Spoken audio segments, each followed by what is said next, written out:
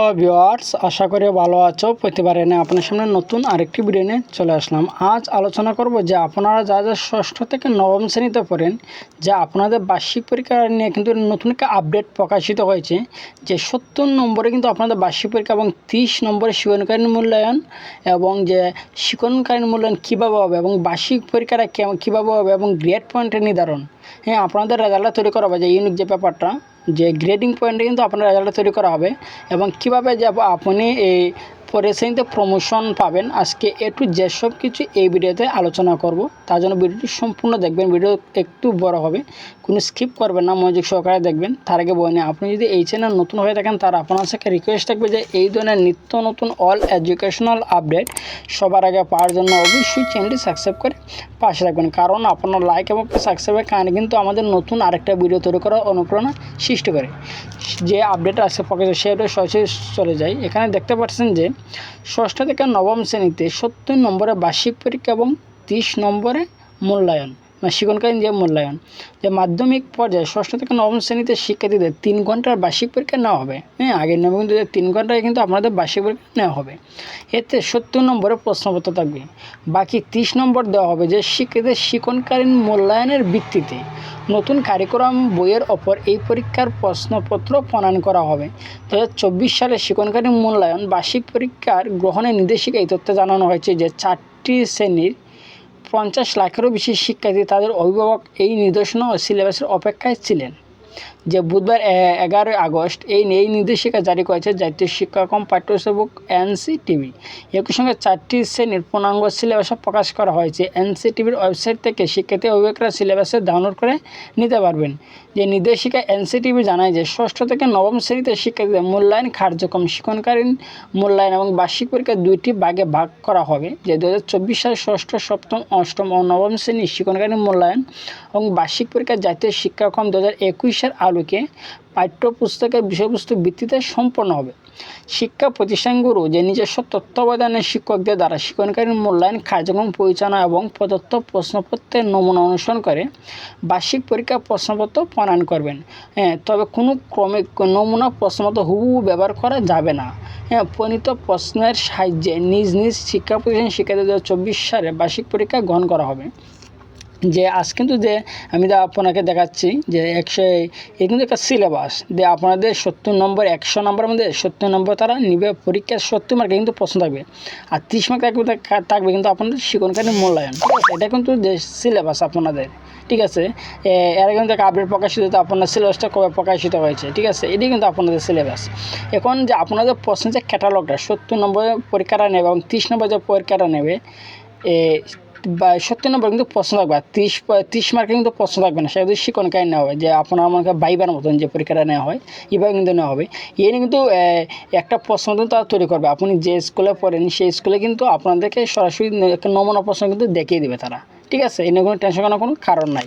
যে শিক্ষণকালীন মূল্যায়ন যেভাবে হবে, যে প্রতিটি শিক্ষণকালীন মূল্যায়ন খুব গুরুত্বপূর্ণ। 70 মার্কের যে পরীক্ষাটা হবে সেটা কিন্তু আপনারা যে প্রশ্নের মধ্যে পাবেন। ঠিক আছে, যেমন শিক্ষণকালীন যে মূল্যায়নটা হবে এটা গুরুত্বপূর্ণ, যে প্রতিটি বিষয় পাঠ্যপুস্তকের নির্দেশিত একক কাজ, জোড়ায় কাজ, পোস্টার এবং প্রেজেন্টেশন সহ যাবতীয় কার্যক্রম শিক্ষণকালীন মূল্যায়ন আইটেম হিসেবে বিবেচিত হবে। ঠিক আছে, শিক্ষণকালীন মূল্যায়নের 30 মার্ক, সেটার মধ্যে থাকবে যে একক কাজ থাকবে, জোড়ায় কাজ থাকবে, পোস্টার, প্রেজেন্টেশন সহ যাবতীয় কার্যক্রম পাবেন। শিক্ষণকালীন মূল্যায়ন পরিচালনার জন্য বিষয়ভিত্তিক নির্দেশনাগুলি যথাযথ অনুসরণ করতে হবে এবং সংক্ষিপ্ত পাঠ্যসূচির আওতাধীন শিক্ষণকালীন মূল্যায়ন যেসব কার্যক্রম এর মধ্যে সম্পন্ন হয়েছে এবং যেগুলি সামনে সম্পন্ন হবে সেগুলো রেকর্ড যথাযথভাবে সংরক্ষণ করতে হবে এবং শিক্ষণকালীন মূল্যায়নের যাবতীয় কার্যক্রম বার্ষিক পরীক্ষা শুরুর আগে সম্পন্ন করতে হবে। ঠিক আছে, যে বার্ষিক পরীক্ষা 70 মার্কের নেওয়া হবে, এই 70 মার্কের আগে কিন্তু 30 মার্কের পরীক্ষাটা আপনাদের নেওয়া হবে। ঠিক আছে, মানে বার্ষিক পরীক্ষা কীভাবে হবে, যে বার্ষিক পরীক্ষার সংক্ষিপ্ত পাঠ্যসূচি অনুযায়ী প্রতিটি বিষয় 100 নম্বরের লিখিত পরীক্ষার মধ্যে অনুষ্ঠিত হবে, কিন্তু লিখিত পরীক্ষা মোট সময় থাকবে 3 ঘন্টা। লিখিত পরীক্ষা প্রশ্নপত্র প্রণয়নের নির্দেশিকা, প্রশ্নের কাঠামো, মানবন্টন, বিষয়ভিত্তিক নির্দেশনা বিস্তারিত দেওয়া আছে এবং বিষয়ভিত্তিক নির্দেশনা প্রদত্ত নমুনা প্রশ্নপত্র দেওয়া হবে। লিখিত পরীক্ষার উত্তর লেখার জন্য পূর্বের ন্যায় বিদ্যালয় কর্তৃক প্রয়োজনীয় খাতা সরবরাহ করা হবে। ঠিক আছে, তার মধ্যে হচ্ছে গ্রেড গ্রেড পয়েন্ট নির্ধারণ। শ্রেণী উত্তরণের জন্য ষষ্ঠ থেকে নবম শ্রেণীতে শিক্ষার্থীদের বার্ষিক ফলাফল প্রস্তুত করার ক্ষেত্রে প্রতিটি বিষয়ের মোট নম্বর হবে 100। এর মধ্যে 100-র মধ্যে ধারাবাহিক বার্ষিক অঙ্কন মূল্যায়নের গুরুত্ব হবে 30% এবং লিখিত বার্ষিক পরীক্ষার গুরুত্ব হবে 70%। ঠিক আছে, যেহেতু প্রত্যেক বিষয়ের ধারাবাহিক বার্ষিক অঙ্কন মূল্যায়নের জন্য বরাদ্দ 30 এবং লিখিত পরীক্ষা বরাদ্দ 100, সেহেতু একজন শিক্ষার্থীর একটি বিষয়ের বার্ষিক পরীক্ষার ফলাফল প্রস্তুত করার জন্য ক্ষেত্রে এই বিষয়ের ধারাবাহিক বার্ষিক অঙ্কন মূল্যায়নে তার প্রাপ্ত নম্বরের সঙ্গে লিখিত বার্ষিক পরীক্ষার প্রাপ্ত নম্বর 70% যোগ করে ওই বিষয় বার্ষিক ফলাফল গ্রেড নির্ণয় করতে হবে। ঠিক আছে, সেটা কিন্তু একটা ইউনিক যে ব্যাপার, যে এতদিন কিন্তু মনে করেন যে আপনার 10টা-12টা সাবজেক্ট যদি পরীক্ষা হতো, যে ইদানিং যে 2024 সালের সিস্টেমটা, সেটাতে কিন্তু যে এই ধরনের কিন্তু মার্ক হচ্ছে, মানে এই তো আপনারা পরীক্ষা দিচ্ছেন না, একটা পরীক্ষা কিন্তু দিয়েছিলেন, যে 24 সালে কিন্তু একটা পরীক্ষা কিন্তু পুরোপুরি কিন্তু দিতে পারেন না, যে 4-5টা মনে হয়তো দিয়েছিলেন, তারপর কিন্তু কোটা সংস্কার আন্দোলনের কারণে কিন্তু আপনাদের পরীক্ষাটা কিন্তু স্থগিত করা হয়েছে। তো এর আগে যে পরীক্ষাটা হয়েছিল কিন্তু আপনাদের মনে করেন যে 100, মনে করেন যে সব পরীক্ষা মিলাইয়া 1200-1100 মার্কের পরীক্ষাটা নেওয়া হতো।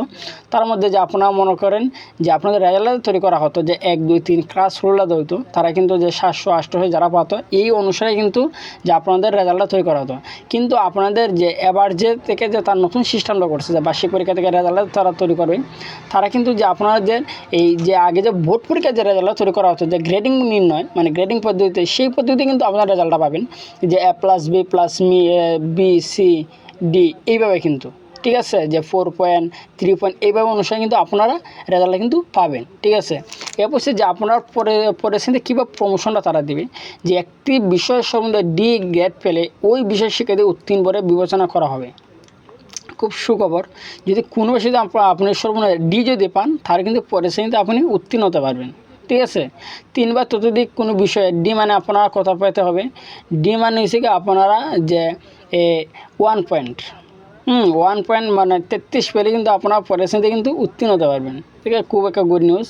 যে জানা গেছে যে নতুন কারিক্রমের মাধ্যমিক পর্যায়ে ষষ্ঠ থেকে নবম শ্রেণীতে পরীক্ষা ছিল না, কিন্তু শিক্ষকের মূল্যায়ন ও বার্ষিক সামষ্টিক মূল্যায়নের ভিত্তিতে শিক্ষার্থীদের এক শ্রেণী থেকে আরেক শ্রেণীতে উত্তীর্ণ করার নিয়ম ছিল। এই নিয়ে শুরু থেকে অনেক অভিভাবক প্রতিবাদ জানিয়ে আসছিল। সেই কারিক্রমে হোক না কেন, তাতে পরীক্ষা রাখার দাবি ছিল তাদের। যে আওয়ামী লীগ সরকারের পতনের পর অন্তর্বর্তীকালীন সরকার দায়িত্ব গ্রহণ করে। এই সরকার শিক্ষা উপদেষ্টার দায়িত্ব নেওয়ার পরে বিদ্যমান কারিক্রম বাতিল করে আগের কারিক্রমের সৃজনশীল ফেরার কথা জানান। যে এছাড়া শিক্ষা মন্ত্রণালয় থেকে জারি করা প্রজ্ঞাপনে বলা হয়েছে যে নতুন কারিক্রম বাস্তবায়নযোগ্য নয়, এই জন্য আগের সৃজনশীল কারিক্রমে ফেরা হবে। তবে চলিত বছরে যেহেতু 8 মাস পেরিয়ে গেছে, সেই জন্য নতুন কারিক্রম বইয়ের অপর বার্ষিক পরীক্ষা নেওয়া হবে। আর আগামী বছর থেকে পাঠ্য বই সংশোধন এবং পরিমার্জন করে সৃজনশীল কাঠামোতে ফেরা হবে। আওয়ামী লীগ সরকারের আমলে প্রণীত জাতীয় শিক্ষাক্রম রূপরেখা 2021 গত বছর থেকে বাস্তবায়ন শুরু হয়। এবছর প্রাথমিকের 3টি এবং মাধ্যমিকের 4টি শ্রেণীতে নতুন কারিক্রম বাস্তবায়ন করা হচ্ছিল এবং ষষ্ঠ থেকে নবমে 50 লাখেরও বেশি শিক্ষার্থী এই কারিক্রমে ষান্মাসিক সামষ্টিক মূল্যায়নে অংশ নিয়েছে। তা কয়েকটি পরীক্ষা হওয়ার পরই কোটা সংস্কার আন্দোলনের কারণে তা স্থগিত করা হয় এবং সরকার পতনের পর যে কারিক্রমে বাতিলের সিদ্ধান্ত আসায় সেই মূল্যায়ন আর শেষ না হতে বাতিল ঘোষণা করে দেওয়া হয়। ঠিক আছে, আশা করি বুঝতে পারছেন যে ভিডিওটা কিন্তু অনেক বড় হয়ে গেছে, কারণ যে আমি কিন্তু আজকে A to Z সব বোঝানোর চেষ্টা করেছি। তারপর না বুঝে থাকেন অবশ্যই কমেন্ট করে জানাবেন। আর যদি ভিডিওটি ভালো লাগে থাকে অবশ্যই লাইক দেবেন। আর আপনি যদি এই চ্যানেল নতুন হয়ে থাকেন, তারা আপনার সাথে রিকোয়েস্ট থাকবে যে এই ধরনের নিত্য নতুন অল এডুকেশনাল আপডেট সবার আগে পাওয়ার জন্য অবশ্যই চ্যানেলটি সাবস্ক্রাইব করে পাশে থাকবেন। ধন্যবাদ, দেখা হবে অন্য কোনো ভিডিওতে।